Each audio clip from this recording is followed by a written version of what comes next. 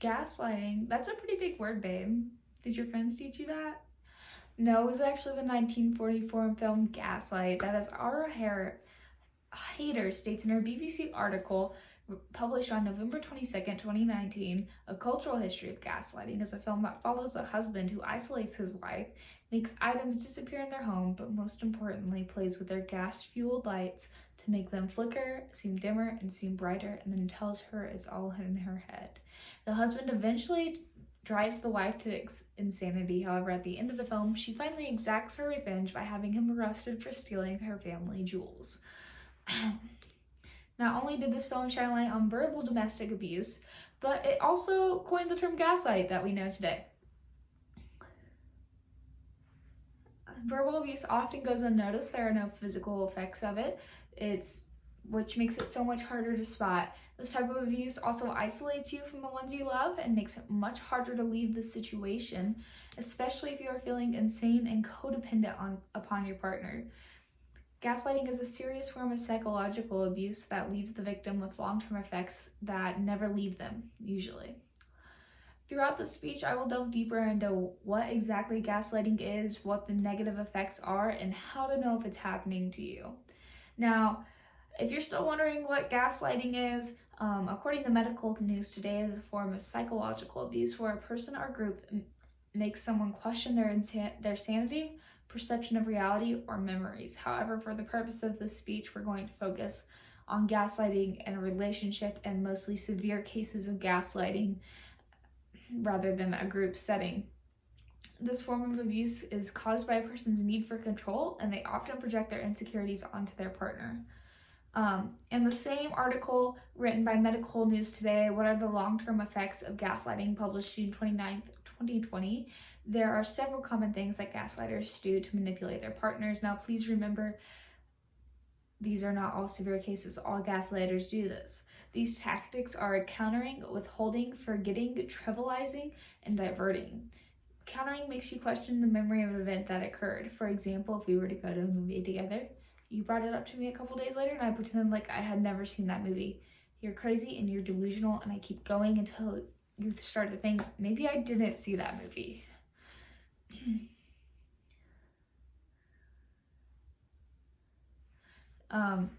The next part is withholding.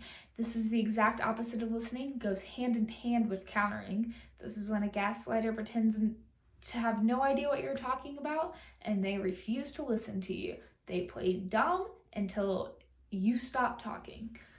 Forgetting is fairly self-explanatory. This is when an abuser pretends to forget that an event happened. This means that any blame that might have been on them is now gone, as the memory of the event is gone. That never happened, babe. Why are you bringing it up? That was a dream. Invalidating a partner's feelings and making them feel unimportant is a trivializing tactic. This means every time you bring up your feelings, they are dismissed completely by your partner, or they flip that around on you and say, you're making me feel much worse than I'm making you feel, so I'm who matters and you're insane. And then lastly, there's diverting. During this, a gaslighter questions the credibility of not only the story that their partner is telling, but their partner as well. And all they want to do is change that subject.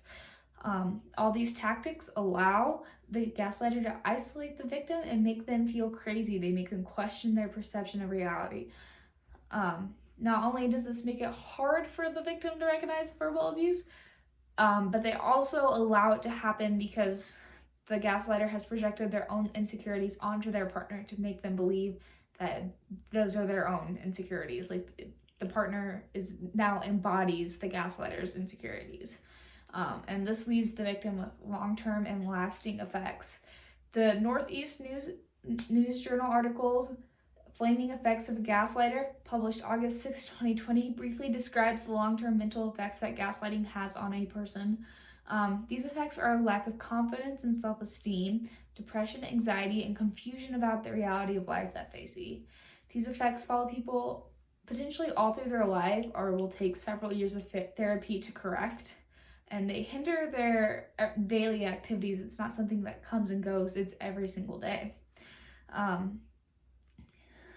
Not only does this make it easier for the victim to be manipulated in other relationships, they also become more inclined to stay with their partner because of their new mental health issues. And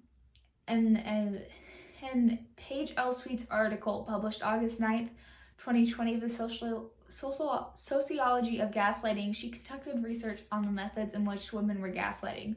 Although this article has a lot of interesting and relevant information, what stood out to me were the real-life accounts of the women who had been gaslighted in previous relationships. First, there was Brittany. Every time she expressed any feelings to her husband, she was made out to be crazy, which would be the trivializing tactic of gaslighting. Eventually, Brittany began to question who the insane one really was, and she and her husband got into a really big fight. He then held her down in a full bathtub, and when she finally escaped, he looked at her and he said, "I did that for you. You were being too crazy, and you needed to calm down." And then there was Simone, who divorced her husband, and when they went to court, he tried to discredit her by telling her that she had telling the court that she had orgies while the kids were home. And before this, he went on her social media, made a series of inappropriate and sexual posts, as well as went and told Simone herself and her entire family that she was incompetent as a mother and she should not be allowed to keep their kids. This is all to say that gaslighting only gets worse. People who gaslight often have mental health issues, and they usually do not want to be helped. If you find that you're being gaslighted, you should send your partner to therapy and leave. You always need to be protected before the relationship needs to be protected. The other person has stuff to work through, and you do not need to be around to be caught in a crossfire of them growing as a person, which they need to do. In conclusion, gaslighting is no joke. It causes serious psychological damage and has potentially permanent consequences. There are multiple tactics a gaslighter can use to make their partner feel insane. However, it is only amplified with time.